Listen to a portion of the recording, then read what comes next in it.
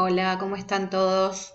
Bueno, espero que bien. Esta semana vamos a empezar con un tema nuevo, pero no es tan nuevo. Vamos a hablar de cuentos de terror, ¿sí? Nosotros las primeras semanas que trabajamos de esta manera estábamos con cuentos fantásticos que tenían un poco de este tema también del terror.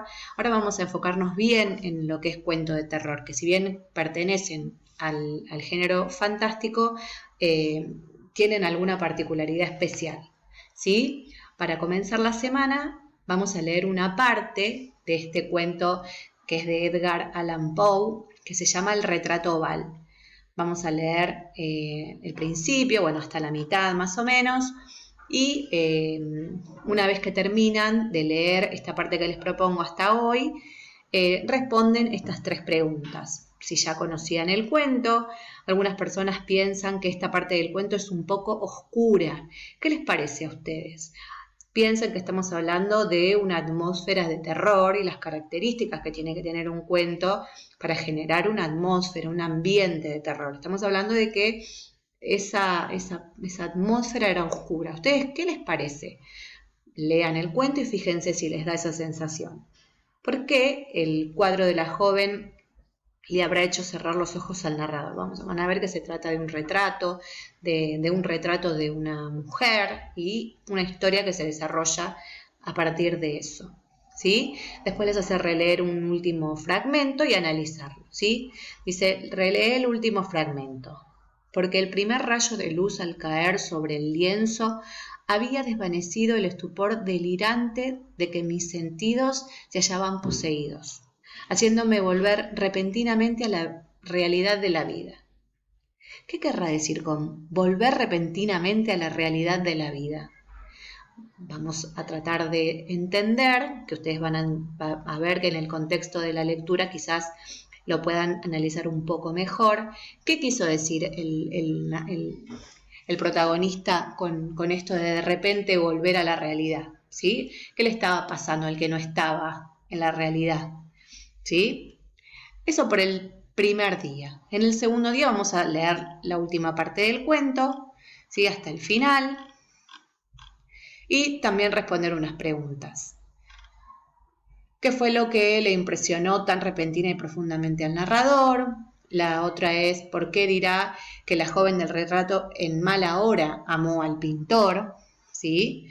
Porque al final, cuando el pintor grita, esta es la vida misma, dice que lo hace palideciendo intensamente, herido por el terror, y grita con voz terrible. Piensen eso por el día 2 y el día 3, un lugar oscuro y tenebroso. Volvemos a intentar entender que para generar climas de miedo y de terror, necesitamos, a través de la lectura, de la escritura, generar climas oscuros y tenebrosos. Dice, desde que el cuento El retrato oval inicia, tenemos la sensación de que va a pasar algo desagradable.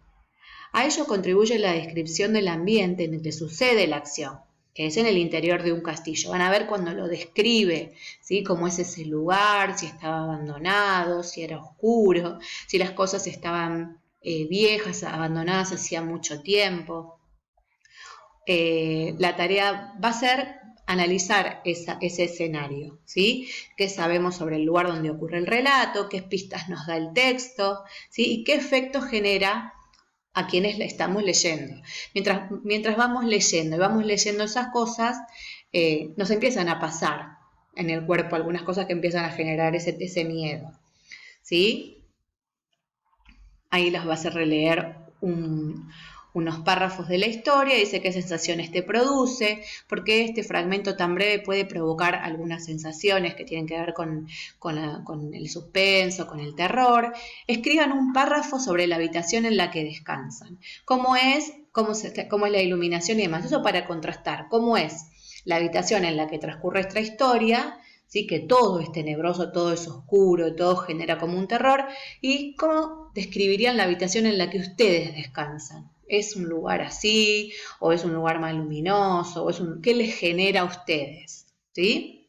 Y para terminar el día es cómo se imaginan el cuadro que le causa estupor al narrador. ¿Sí?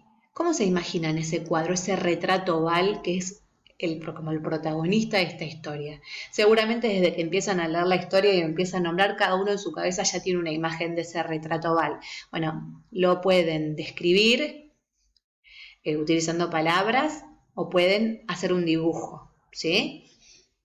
Y en el último día de la semana, escribir para oscurecer un escenario. ¿Sí? Trabajaron con el retrato oval, lo leyeron para conocer la historia, después lo releyeron en algunas partes para pensar en ciertos fragmentos que generan sensaciones oscuras y luego estuvimos volviendo al texto para identificar cómo describe el autor los escenarios para generar un ambiente sombrío. Hoy vamos a escribir al estilo sombrío de Edgar Allan Poe. Escriban una historia breve que se desarrolle en ese lugar.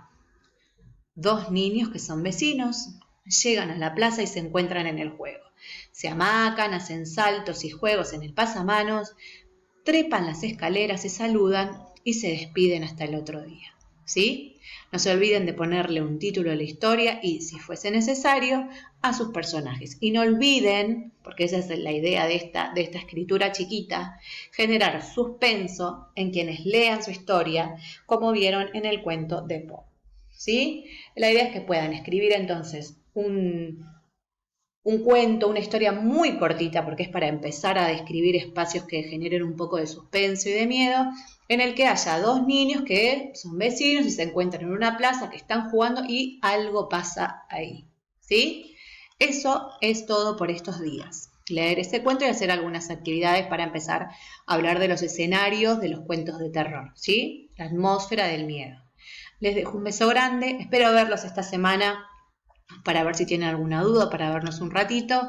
Cualquier cosa me preguntan. Les mando un beso.